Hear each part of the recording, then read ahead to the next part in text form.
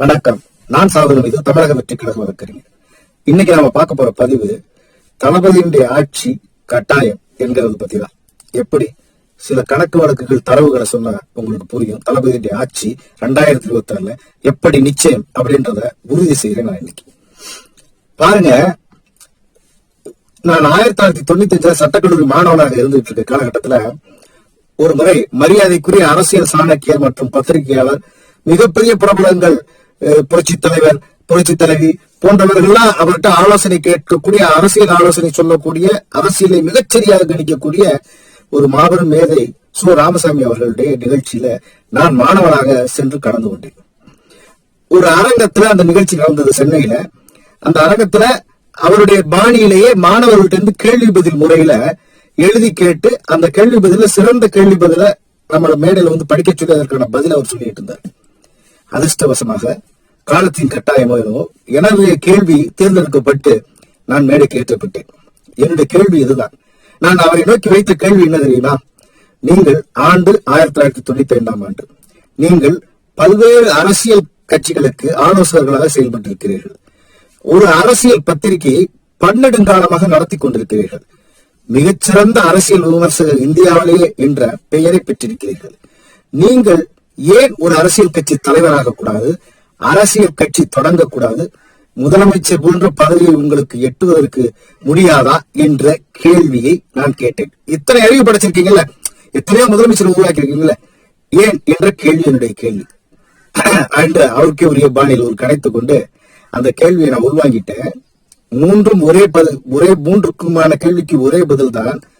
மொத்தத்துல எனக்கு அரசியல் வர்றதுக்கு எனக்கு லாய்க்கு இருக்கான்னு என்னை பார்த்து கேட்கிறேன் அப்படின்னு ஒரே அரங்கம் முழுவதும் சிரிப்பொழி கேட்டுட்டு சொன்னாரு, எனக்கு தகுதி இருக்கான்னு தம்பி கேட்கிறாரு.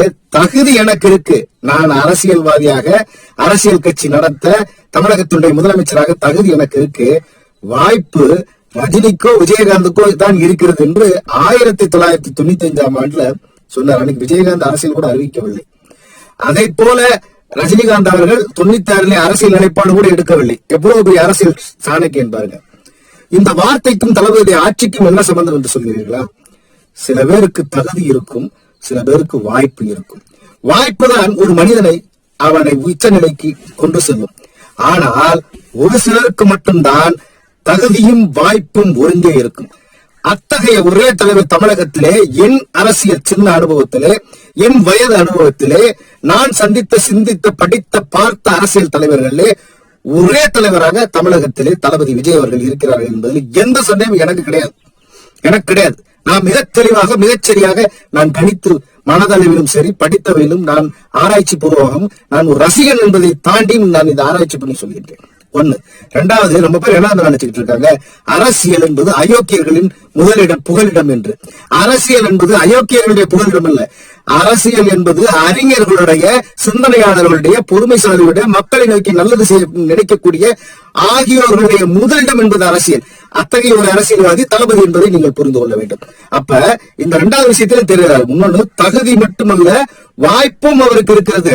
சில பேருக்கு வாய்ப்பு இருக்கும், ஆனால் தகுதி இருக்காது. தன்னை தகுதி படித்துக் கொண்டிருக்கிறார் தளபதி. தளபதியுடைய ஒவ்வொரு பேச்சுக்களும், ஒவ்வொரு நகர்களும் நீங்க ஒண்ணு அதிரடி புதிரடியா பேசலன்னு நினைச்சுக்கலாம். ஆனா தளபதி ஆக்கப்பூர்வமாக சிந்தித்து, அவர் கட்சி ஆரம்பித்த தேதியிலிருந்து, கட்சி ஆரம்பித்த சூழலிலிருந்து, கட்சியின் பிறப்புக்கும் என்கின்ற ஒரு கொள்கை, அந்த ஒரு கொள்கை உலகளவில் பேசப்படுகிறது. இது வந்து பேச்சுக்காக, ஜோடனைக்காக என்னுடைய தலைவன் தளபதி, என்னுடைய தமிழக முதல்வராக தளபதிக்கிறதுக்காக நான் பேசல. இது உண்மை, நிஜம். இந்த பிறப்புக்கும் என்கின்ற 2000 வருஷத்துக்கு முன்னாடி உள்ள ஒரு விஷயத்த தளபதி கையில் எடுத்திருக்கிறாங்க. பிறப்புக்கும் எல்லாம் இருக்கின்றது. விளையாட்டான வாசகம் அல்லது, அது மிகப்பெரிய விஷயங்களை செய்யும். நம்பர் 1. இரண்டாவது, தளபதி அவர்கள் ஏன் தமிழகத்தில் 2026 ஆட்சிக்கு வருவார் என்பது உங்களுக்கு தெரியுமா? ஏன் தெரியுமா? இங்கே மிகப்பெரிய வெற்றிடம் இருக்கு. யார் வேணாலும் என்ன வேணாலும் சொல்லிக்கிட்டே இருக்கட்டும், அந்த வெற்றிடத்தை தளபதி இட்டு நப்புவார் என்று தலைவர்களே நினைக்கிறார்கள் என்பதுதான் உண்மை.